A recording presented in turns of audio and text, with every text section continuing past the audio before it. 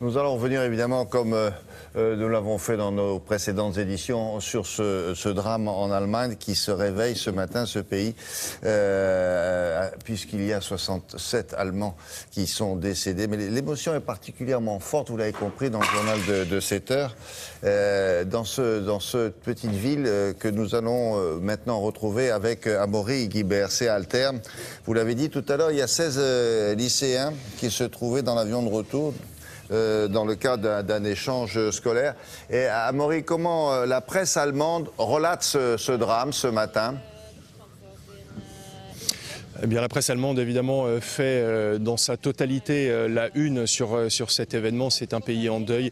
Et donc, les journaux allemands reviennent sur l'événement. Je vous propose de voir tout de suite la une du Frankfurter Rundschau, un gros quotidien du sud-ouest de l'Allemagne, avec une photo des lieux de la catastrophe et surtout cette question que beaucoup d'Allemands se posent ce matin. Que s'est-il passé à bord de l'Airbus A320 ? L'autre grand quotidien du sud, c'est la Süddeutsche Zeitung, qui a publié cette photo assez glaçante. En fait, ce ne sont pas les lieux du drame, c'est le tableau des arrivées de l'aéroport de Düsseldorf avec les différents vols. Et puis ce vol 4U9525, le vol Germanwings en provenance de Barcelone, avec aucune heure d'arrivée et aucune mention sur l'état du vol.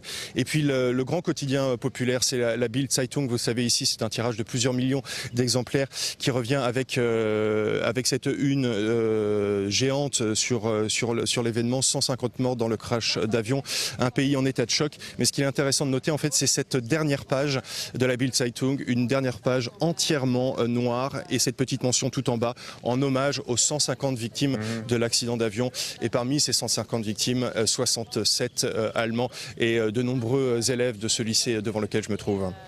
Qu'est-ce qui va se passer aujourd'hui sur place, là, dans ce lycée ? Les portes seront fermées ou au contraire, la direction de cette école a décidé de les ouvrir à tous ? Alors hier, dès que la nouvelle de la catastrophe est arrivée, le proviseur a décidé de suspendre immédiatement les cours. Mais en fait, les élèves ne sont pas rentrés chez eux. Beaucoup sont restés ici pour un temps de réflexion, pour un temps de deuil avec leurs camarades. Et aujourd'hui, effectivement, les portes ne seront pas fermées. Il n'y aura pas de cours, pas d'enseignement, mais des temps de parole, des temps de discussion entre les élèves, leurs professeurs et puis des psychologues, bien évidemment, pour les aider à appréhender cette catastrophe, ce deuil qui les touche si soudainement. Et vous le voyez juste dernièrement, voilà, sur les marches de ce lycée, des centaines de bougies ont déjà été disposées. On a vu les premiers élèves arriver et il y a quelques minutes à peine, une partie de l'équipe enseignante qui en procession est rentrée dans le lycée pour préparer l'accueil de ces élèves. Il y a 1500 élèves dans ce lycée, c'est le plus grand de la région. Il faut les préparer, il faut discuter avec eux pour vivre cette journée le mieux possible. Bien sûr. On peut parler de deuil national ? Oui, on peut parler de deuil national. William, c'est l'une des pires catastrophes que l'Allemagne ait connues depuis la guerre.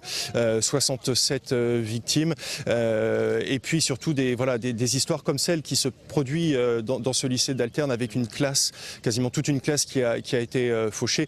On l'a lu ce matin dans la presse, des témoignages sur ces élèves, ces photos qui ont été publiées, des précédents voyages d'échanges linguistiques avec leurs camarades espagnols, des temps d'insouciance pour des élèves de seconde. Et puis ce drame qui les fauche dans leur jeunesse. Donc oui, les Allemands sont vraiment très touchés par cette catastrophe. Merci Amaury. Vous restez en notre compagnie puisque nous reviendrons vous voir tout au long de cette édition spéciale consacrée à ce crash.